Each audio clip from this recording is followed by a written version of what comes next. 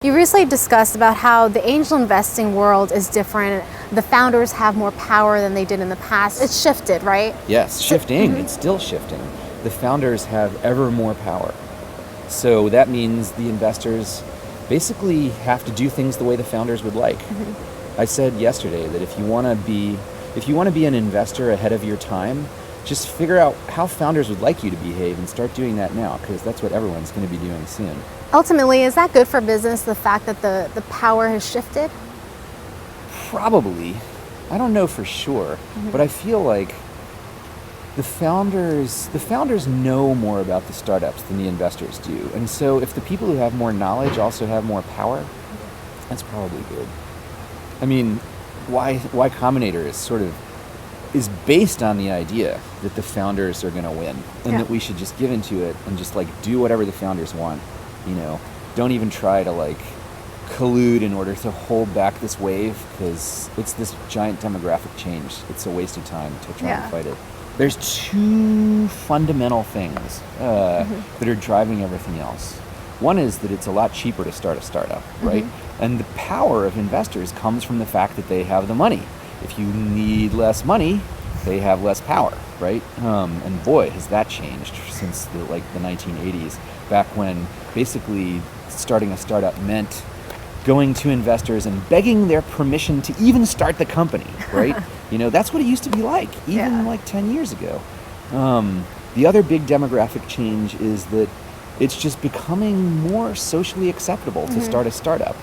And in TechCrunch, you don't realize, you're in this world where starting a startup is the coolest thing in the world. How could it not be socially acceptable, right? But in middle America, especially, with people's parents, even if they themselves want to start a startup, starting a startup seems like this very unusual, risky, even dubious thing to do, right? And that is changing rapidly. So what are the implications of that then? The idea that it's now cool or okay to be, an entrepreneur. What effect does that have on other tech centers outside of Silicon Valley, like in New York or elsewhere? Actually, Ron Conway was just at Y Combinator last Tuesday, and one of the most interesting things he said when he was speaking at the dinner was that a lot of his portfolio companies are now in New York, and he thought New York was the hot new thing.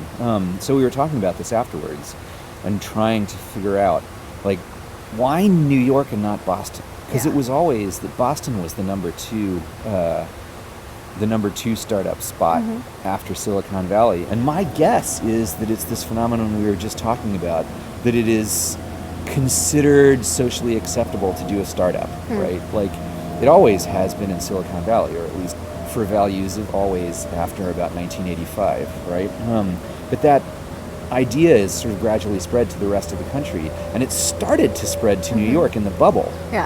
But boy, did people in New York get burned by the bubble, even worse than here. So they sort of dipped one toe into the startup and they ran away. Swimming pool, and then the water suddenly boiled, right? And they're like, ow, what a lousy swimming pool, I'm never going to do that again, right? And then, eventually they said, okay, maybe that was a bad data point. Maybe starting startups actually works.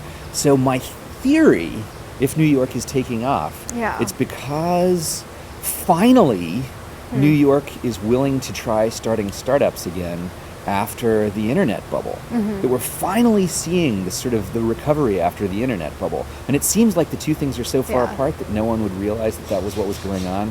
And here the recovery from the bubble started in 2004 or 5 or something like that.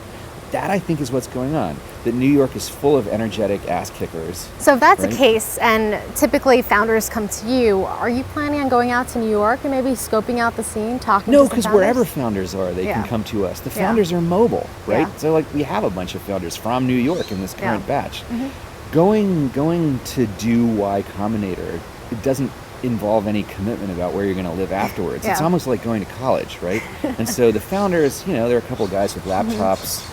They can stay on someone's sofa, they're so mobile that our market, not Ron's market. Ron invests in companies at the point where they're kind of rooted in one place, right? Of course. But our market, the founders are completely mobile. So it doesn't matter where we are. We could be in the middle of Utah and it would still work.